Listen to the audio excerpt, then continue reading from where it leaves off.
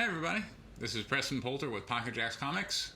Today I wanted to talk about a book I discovered over the weekend by a fellow creator to the North Texas area. We both tend to work all the comic shows in and around Dallas, and we both seem to have World War II stories. In fact, we both have World War II stories, no seeming about it. I have White Lily, the story of the two deadliest female fighter pilots in world history who flew for the Soviet Union during the Second World War, and he has a story called Devils, which son of a bitch. exchange comics is in a barter system because he was interested in mine and I was interested in his.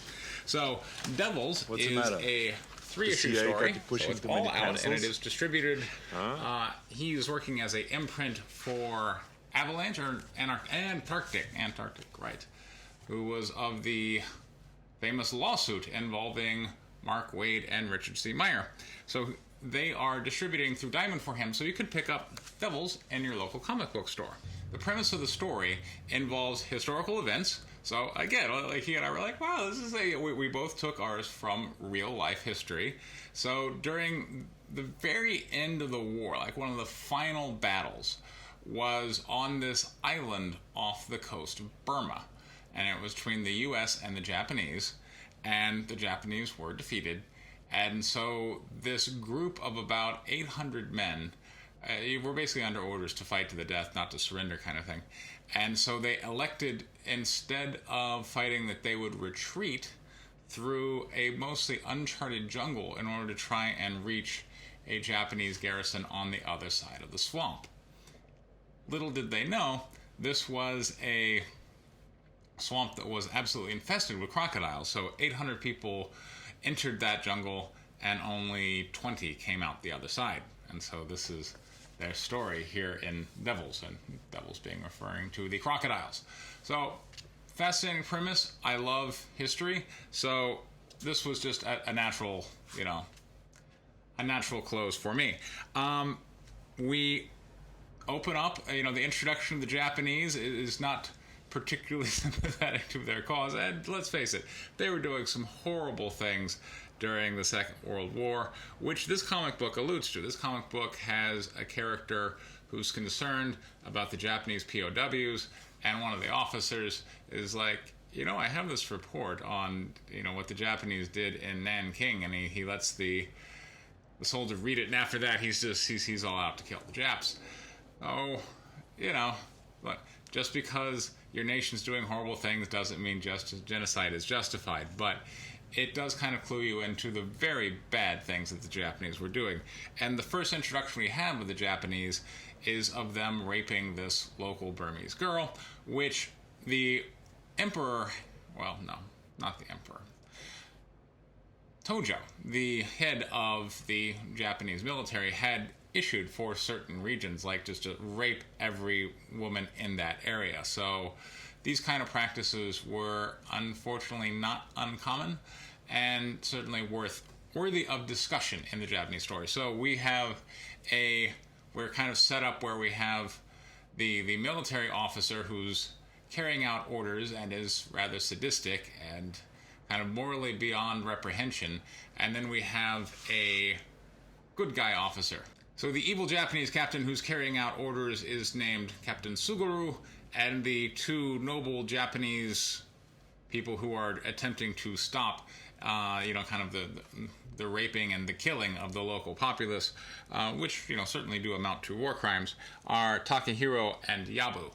So Suguru has this order handed down, and I'm not sure if this is an element which the writer added, or if this is historic. I've got to say this is probably an element the writer added, because it's hard for me to imagine it kind of working out any other way. But the high command has handed down an order, just don't surrender, fight to the last man. And then Yabu and Takehiro kind of suggest to them, or maybe we could just retreat through the swamp, knowing that if they do that, then the crocodiles are going to eat them, because they've been kind of hearing some of the bad things coming out of the jungle, whereas Suguru is kind of more oblivious. So they kind of tempt or goad the Japanese force to adopt this ill-conceived retreat. And then that kind of sets up our story, is as the numbers are dwindling, as the crocodiles are coming in, we kind of have Suguru now like ordering these people to be bound and marched in front and kind of made bait. And so the question is, who's going to make it out alive? And that's the premise of Devils. So one of the things I really like about it is that it explores a question that you do get to explore in war stories. Not too much, say, Western war stories, particularly from the American point of view during the Second World War, but you do in, say, the Soviets, where I was working, and now the Japanese, where, you know, it's like, look, we understand that the Japanese are going to lose. And the characters in this story understand the Japanese are going to lose. It's not a question of whether they're going to win or lose. It's a question of how they're going to go down. And they've been ordered to go down by sacrificing their lives. That's what, you know, that is what the hiring command want you to do. Go out there and die for what we all know is just a futile mission. And that's something that, you know, you kind of see in other war stories, particularly later on in like Vietnam, where it's, okay, go lay your life on the line to take that hill, but the hill doesn't really matter. It's like the idea of carrying out this bureaucratic and ultimately futile order at the cost of personal life and limb, and really, what for? And so that is one of the overwhelming themes, as well as certainly kind of morality. You know, it's like, are the good guys going to win? Are the bad guys going to win? In this case, the good guys and the bad guys being just the different Japanese soldiers and their different moral take on whether we should follow out or whether we should carry out orders that we know to be immoral and wrong in the quest of some kind of greater imperial glory. All in all, I really like Devils. I think the artwork is, you know, definitely very passable. The theme of the story is, you know, very strong, kind of with the man versus nature, as well as the moral issues it's asking. So I would encourage everybody to pick this up at your local comic book store.